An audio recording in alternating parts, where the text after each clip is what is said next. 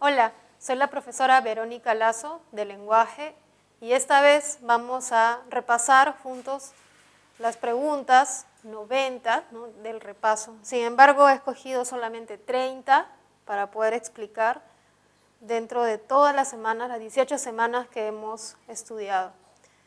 Así que he seleccionado algunas. Vamos a tratar de explicar ellas. Pregunta 3. La pregunta 3, la pregunta 5 y la 8 corresponden al tema 1 y el tema 2 que hemos desarrollado durante estas semanas.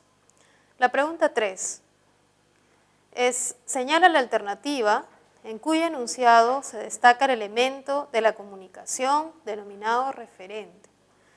Recordemos que en la comunicación es un proceso donde se relacionan algunos elementos. La comunicación es una práctica diaria.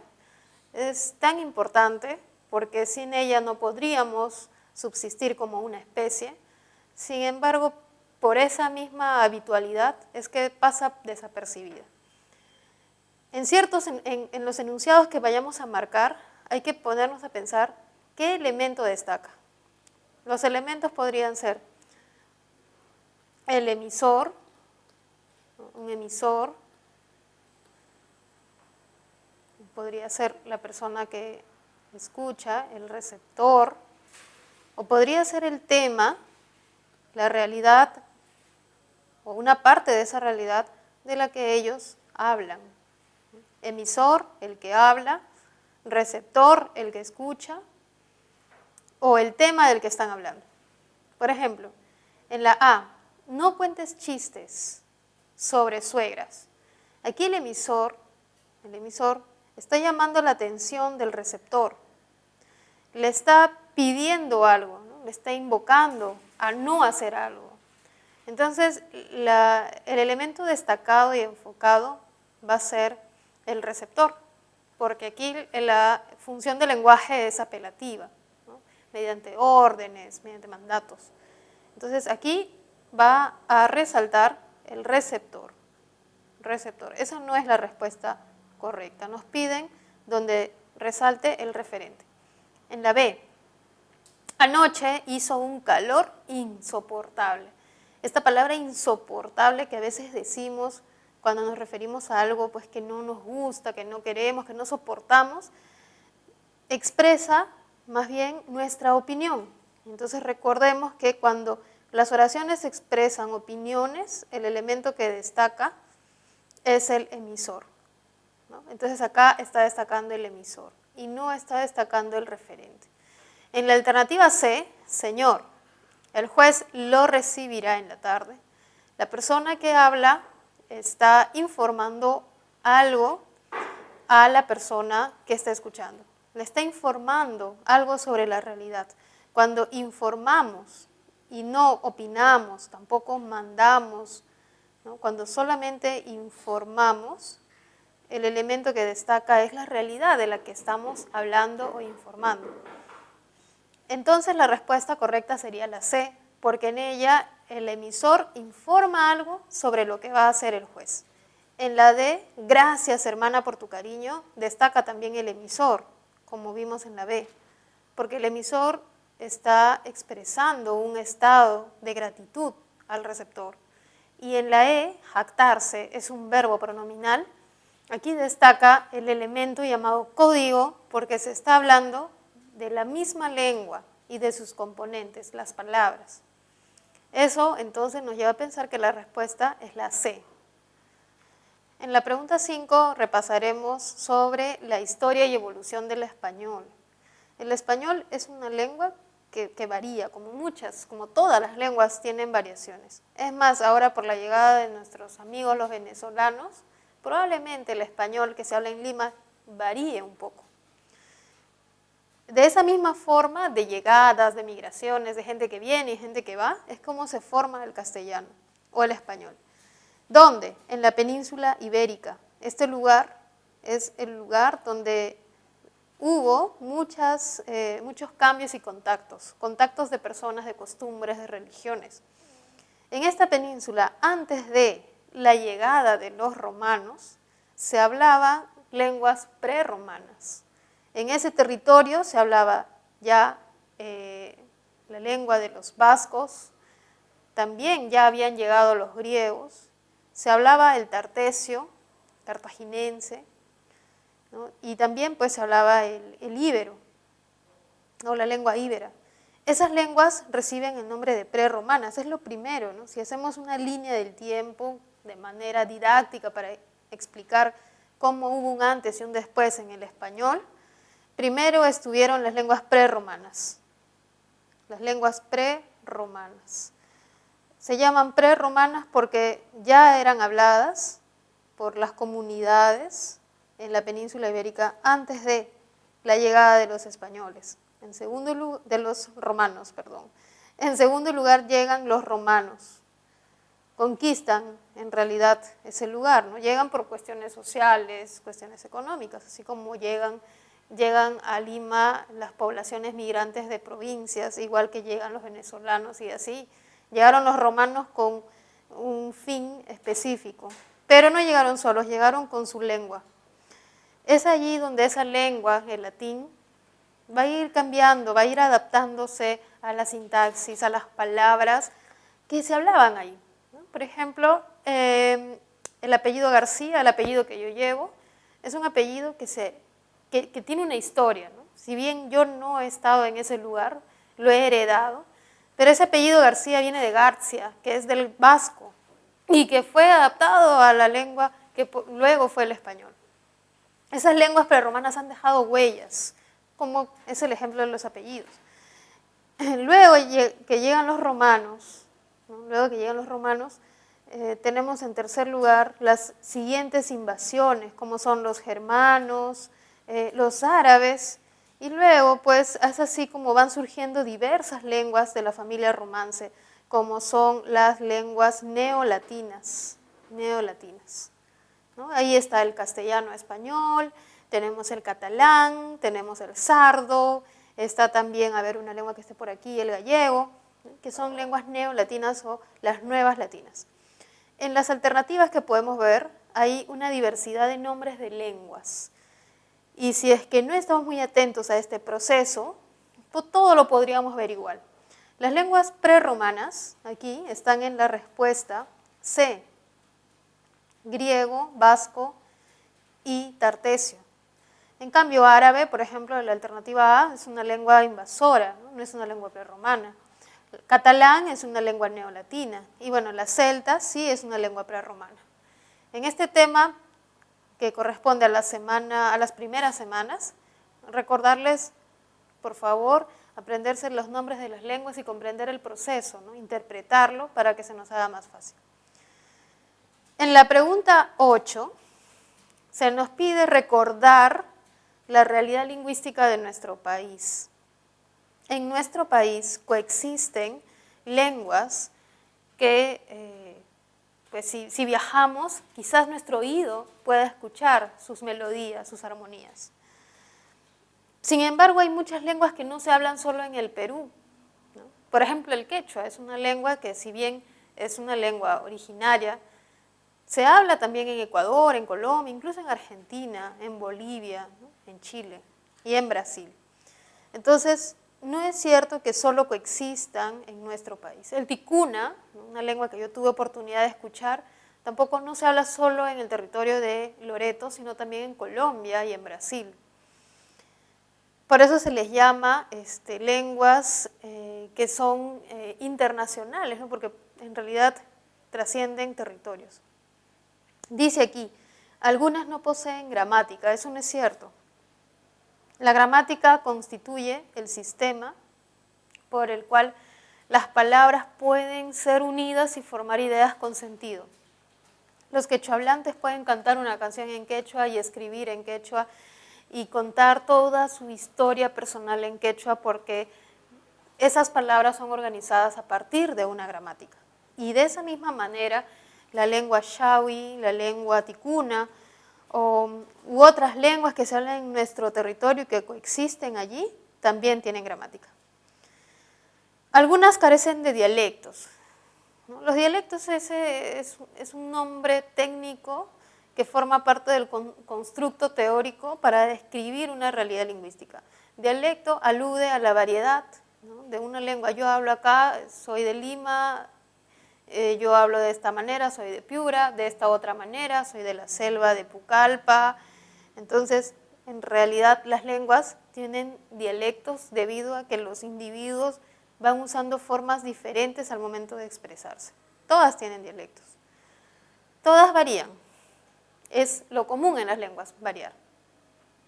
Todas poseen igual prestigio, y prestigio es un concepto social, no es un concepto lingüístico. Sin embargo, ambos conviven, ¿no?, lo social y lo lingüístico. Es cierto que todas son iguales lingüísticamente, porque todas tienen gramática, todas significan y construyen un pensamiento. Sin embargo, no todas poseen igual prestigio. Por ejemplo, el inglés es una lengua que tiene más prestigio que el español. Y a su vez el español tiene más prestigio que el quechua. Eso no nos puede sorprender porque hay personas que en vez de hablar quechua, de reconocerse como quechua hablantes, niegan esto y dicen que no hablan esa lengua. Entonces, esto se debe a que no tiene igual prestigio, ¿no? Si yo hablo quechua, pues ¿para qué me sirve si no voy a poder estudiar? No hay ninguna universidad en quechua, todas las leyes están hechas en español, a pesar de que ha habido en estos últimos días alguna propuesta en quechua. No tienen el mismo prestigio y eso lleva a las personas a negar que hablen o conozcan el quechua, ¿no? Esa es una realidad. Y la última, cambian a través del tiempo, esa es la respuesta correcta. Toda lengua posee gramática y toda lengua varía, toda lengua cambia, ¿no? Como hemos visto, el español ha cambiado a partir de las lenguas prerromanas, de las invasiones de los árabes. Las lenguas cambian y esa es una realidad. La respuesta es la E. La pregunta 9 y bueno, la 13 tienen que ver con el tema de fonología. Y en realidad esta pregunta, ¿no?, la pregunta 9 es más que de fonología, de fonética, o sea, de cómo describimos ciertos sonidos. Aquí nos piden hallar la función distintiva de fonemas fricativos, ¿no? Y tenemos que saber cuál es la función distintiva primero. La función distintiva es cuando tenemos pares de palabras. Por ejemplo, beso versus peso. Son un par mínimo porque tienen la misma configuración de sonidos, es decir, tienen la misma cantidad de sonidos, pero solo hay una diferencia en ambas palabras. Esa diferencia de sonidos permite distinguir dos palabras. Por eso se dice que los sonidos también distinguen palabras. Esa es la función distintiva. Ahora, esta función distintiva del ejemplo está establecida entre ba y pa, que son dos oclusivas, dos sonidos oclusivos. Son oclusivos debido a que para producir estos sonidos hay una primera fase, ¿no?, que es juntar los labios, ¿no? Si este es el labio, hay una primera fase donde los dos labios están juntos y por lo tanto se produce un cierre. Ese es el primer paso.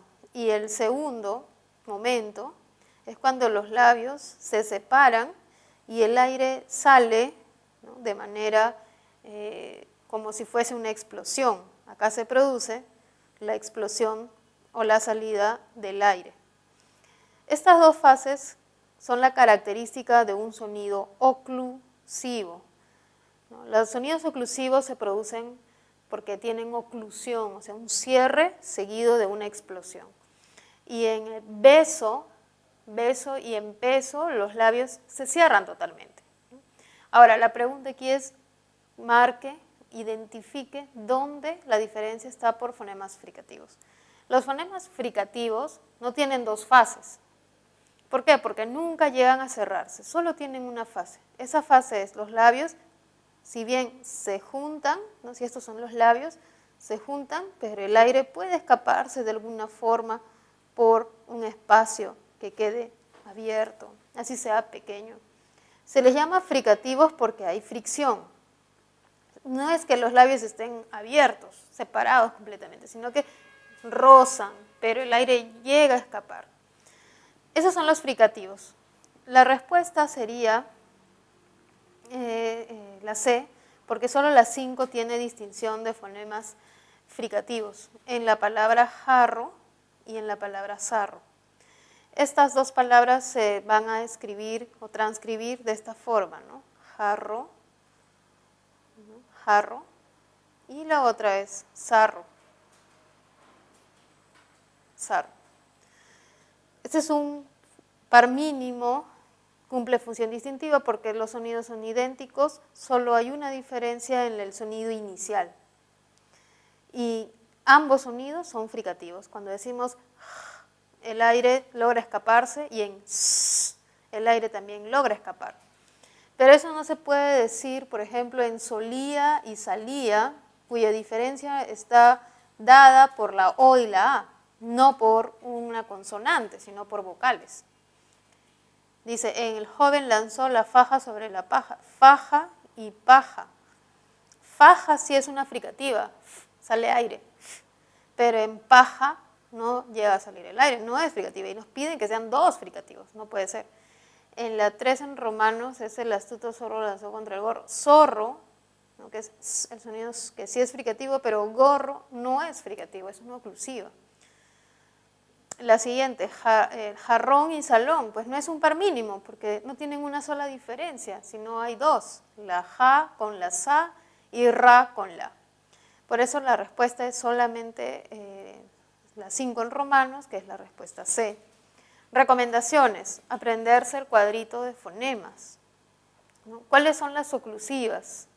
Las oclusivas son 6, ba, da, ga, pa, ta y ka.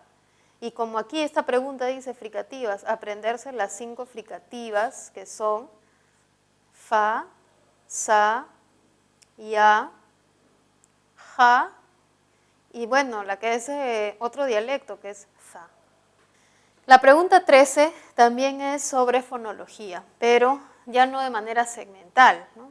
Vocal, consonante, sino suprasegmental, acento. Aquí tenemos que ver dónde aparece el fonema suprasegmental, acento. Y aquí podemos ver cómo el acento puede hacer variar dos palabras, ¿no? Por ejemplo, coloco, donde el acento se ubicaría aquí, en la penúltima sílaba, y colocó, donde el acento se ubicaría en la última. Y aquí el desplazamiento de una sílaba a otra en el acento también cambia el significado. Coloco es presente y colocó es pasado. Coloco es yo, quien realiza la acción. Coloco es otra persona que no soy yo ni tú. Entonces, en la 13, la respuesta sería este caso de coloco y también sería la palabra voto. ¿De qué voto? Puede decirse voto y votó. De repente usted puede decir, pero ¿por qué no está coloco y colocó? Así como en el caso anterior, que era jarro y zarro, en la misma oración aparecían las dos palabras. En el fonema, en las preguntas como 13, cuando nos piden reconocer acento como fonema, recuerda que no nos van a dar el par de palabras, nos van a dar una. Entonces, ustedes tienen que ponerse en el caso de, ¿tendrá esa palabra algún par, ¿no? Otra que cambiándole el acento cambia el significado? Es así como debemos buscar. Elías entendió más rápido que él, no hay posibilidad de que entendió, cambia a entendió, o rápido a rápido, no hay posibilidad. Sembró, sembró, tampoco, no hay. Pidió, pidió, tampoco hay, ¿no? Las únicas dos alternativas donde puedo cambiar el acento son el lunes colocó o el lunes coloco, como dice aquí. ¿Botó la basura o boto la basura? ¿No? Entonces la respuesta en esta pregunta es la A, que nos dice que 3 y 5 en romanos contienen el fonema acento.